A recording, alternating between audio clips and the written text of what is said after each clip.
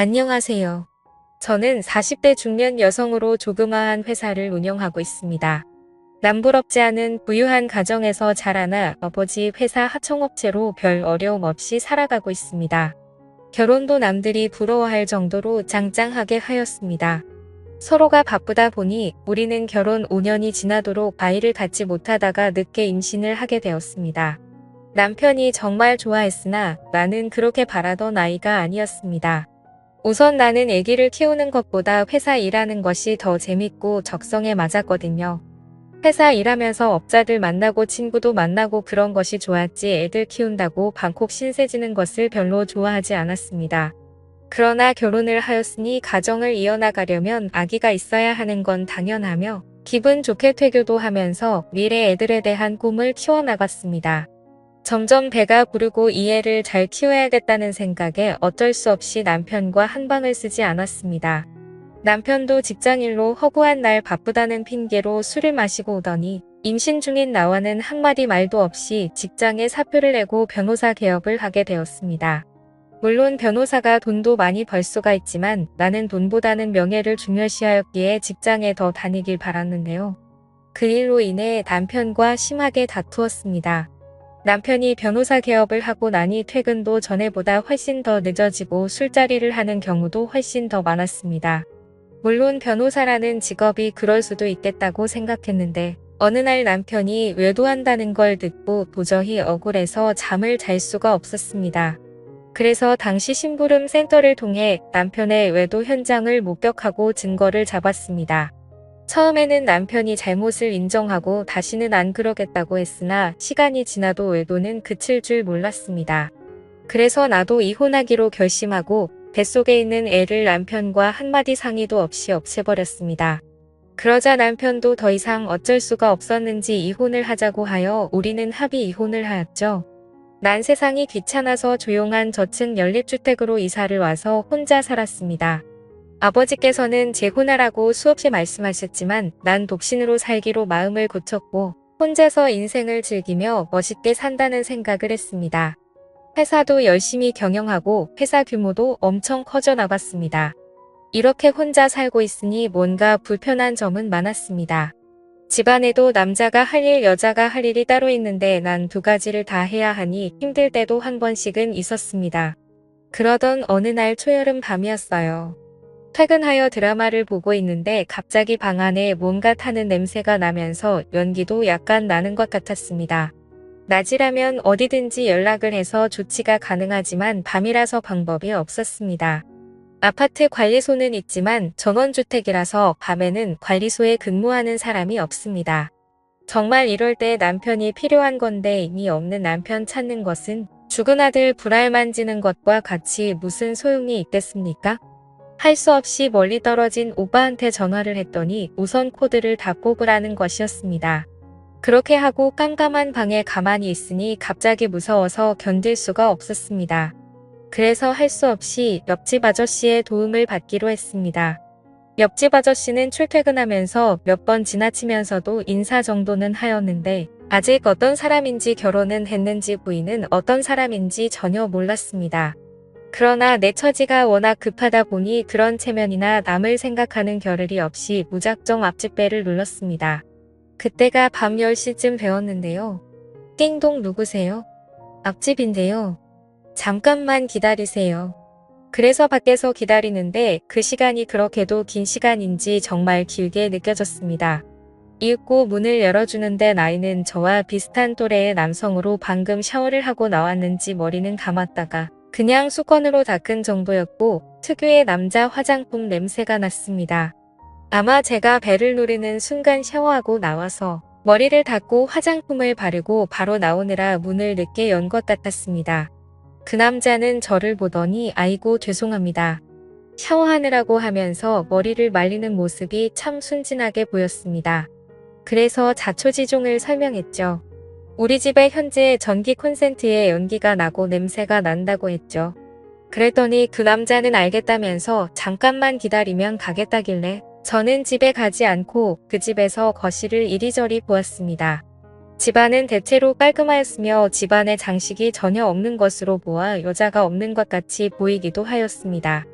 곧 남자가 드라이버랑 연장을 챙겨와서 집으로 갑시다 하길래 같이 와서 저는 휴대폰으로 플래시를 작동시켜 집이 켜졌는데요. 우선 연기가 나는 콘센트를 보더니 이러면 안 되는데 하면서 두꺼비 집을 열고 그곳에서 뭔가 새로 교체를 하는 것 같았습니다. 그 사이 난 그 남자와 머리를 거의 가까이 대고 휴대폰으로 불을 밝혀주는데 남자의 향수가 정말 환장하게 만드는 것이었습니다. 남편과 이혼하고 10년 가까이 혼자 살아왔기에 정말 남자와 이렇게 가까이 있어 본 것도 오랜만이었습니다. 난 그렇게 좀 더 오랫동안 불을 부딪혀주고 싶었는데 그 남자는 금방 고쳤어요. 이제 다 되었습니다. 불을 켜보세요 하길래 전 불을 켜고 우선 아까 연기가 나던 곳으로 가보았는데 연기도 나지 않았고 아무런 냄새도 나지 않았습니다. 그래서 그 남자는 혹시 또 냄새가 나거나 연기가 나면 연락주세요 이렇게. 밤늦었는데 어떻게 또 말씀드리나요? 오신 김에 커피도 한잔 하시면서 잠깐만 지켜봐 주시면 안 될까요? 했더니 네 그래요 하면서 난 커피를 준비하는데 정말 기분이 묘했습니다. 남편과 이혼하고는 우리 집에 처음으로 남자가 왔다고 생각하니 이상한 생각마저 느껴졌습니다. 커피를 준비해 마시면서 그 남자가 하시는 말이 남편은 아직 퇴근 안 했어요. 부끄럽지만 이혼을 하고 지금 혼자 삽니다. 그래서 이번에는 내가 사모님은 어디 가셨어요? 안 보이시더라고요 하니까 빙긋이 웃으시면서 사실 우리도 이혼하고 조용한 곳에 와서 혼자 살아요 하시면서 둘이 똑같네 하면서 중얼거렸습니다. 그래서 전기는 어떻게 잘 고치느냐고 여쭈어보니 회사에서 전기 관련 담당자라는 것이었습니다. 이렇게 차 한 잔 마시고 고맙다는 인사를 10번이라도 더 하고 보내드렸는데요. 현관에 나가시면서 혹시 전기가 아니더라도 집안에 고칠 것 있으면 말해주세요. 이웃사촌이 다 좋은 거잖아요 하더라고요. 정말 좋은 분 같았습니다. 그날 이후 회사에 가도 집안에 와도 그 아저씨 생각이 자주 나더라고요. 그러던 어느 날 회사 거래처에서 전복을 한 상자 주더라고요. 마침 토요일이고 양도 많아 혼자 다 먹을 수도 없어 옆집 아저씨 좀 드리겠다는 생각이 들더라고요. 그래서 전복을 맛있게 요리해서 맥주 2캔이랑 가지고 옆집 배를 누르고 들어갔더니 거실을 정리 중이라 집이 어지럽게 늘려 있었습니다.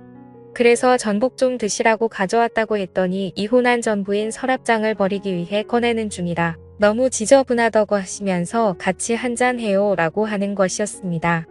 그리고 나서는 금방 또 집이 너무 지저분한데 아주머니 집으로 가서 한잔하면 안 될까요 하는 것이었습니다. 그래서 우리 집으로 와서 전복으로 한잔했습니다. 그 아저씨는 자기 집을 아직 정리하느라 식사를 못했다면서 정말 맛있게 드시는 것이었습니다. 내 남자가 아닌 다른 남자지만 맛있게 먹는 걸 보니 너무 보기 좋았습니다. 그리고 아저씨가 일을 해서 그런지 땀을 너무 많이 흘리기에 난 급히 에어컨을 틀어주려고 전원을 눌렀습니다. 사실 여자들은 어지간한 더위에는 에어컨을 잘 틀지 않는 것이 사실이잖아요. 그런데 불상 에어컨이 또 안 되는 것이었습니다. 나 혼자 당황하여 이것저것 만지고 있으니 남자분이 에어컨 안 되십니까 하더니 살금살금 오시더라고요. 그래서 이것저것 만지더니 실외기가 안 되는 것 같네 하면서 실외기 위치를 물어보시더라고요. 그래서 가르쳐 줬더니 실외기에 가보시더니 금방 또 에어컨이 잘 되었습니다. 정말 그 아저씨는 기술자가 틀림없었습니다. 에어컨도 틀어놓고 술을 한두 잔 하셨고 나도 술을 받아 마셨습니다. 사실 여자라서 그렇지 나도 술은 보통 술이 아니거든요. 맥주 2캔을 다 마시고 왠지 부족한 것 같아 거래처에서 선물로 받은 고급 양주를 꺼내니까 아저씨가 일 따지 마세요 하면서도 은근히 기분 좋은 눈치를 지으면서 우리들은 술을 제법 마셨습니다. 술이 들어가니 모두가 전남편 전 마누라와 이혼하고 그 불만에 대한 말들이 자연스럽게 쿵짝이 잘 맞았고 공감도 많이 생겼습니다. 이렇게 술이 들어가니 그 아저씨는 술이 약한지 좀 취하는 것 같았습니다. 그러더니 그 자리에 그대로 쓰러지길래 나는 베개를 가져다 주었습니다. 금방 그 아저씨는 그렇게 골아떨어지더군요. 그 사이 저는 술 먹던 상도 치우고 다 정리하고 침대에 누웠는데 도저히 잠을 잘 수가 없었습니다.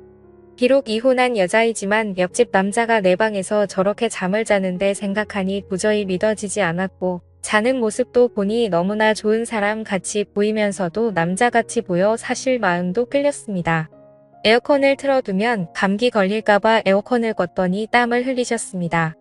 그래서 더운가 싶어서 가까이 다가갔는데 그 순간 남자가 잠꼬대인지 일부러 그러는지는 몰라도 몸을 뒤척거리면서 부부간에 껴안듯이 옆에 앉아있는 저를 끌어안더라고요. 그래서 나는 더 움직이면 깰까봐 그대로 그 남자 옆에 살포시 누웠습니다. 가슴이 두근거려서 가만히 있을 수가 없었습니다. 그렇게 조금 시간이 흐르고 그 남자는 잠에서 깼는지 저와 눈이 마주쳤고 그날 이후로 저희는 연인 사이가 되었던 거죠. 사실 정말 내 인생에 남자는 없다라고 생각했었는데 얼떨결하긴 하지만 이제 그 사람과 재혼을 생각하고 있습니다. 서로의 아픈 과거를 거울 삼아 서로가 더 아껴주고 행복한 삶을 살려고 해요. 괜찮겠죠? 오늘의 사연 여기까지입니다. 구독 버튼 꼭 눌러주세요. 감사합니다.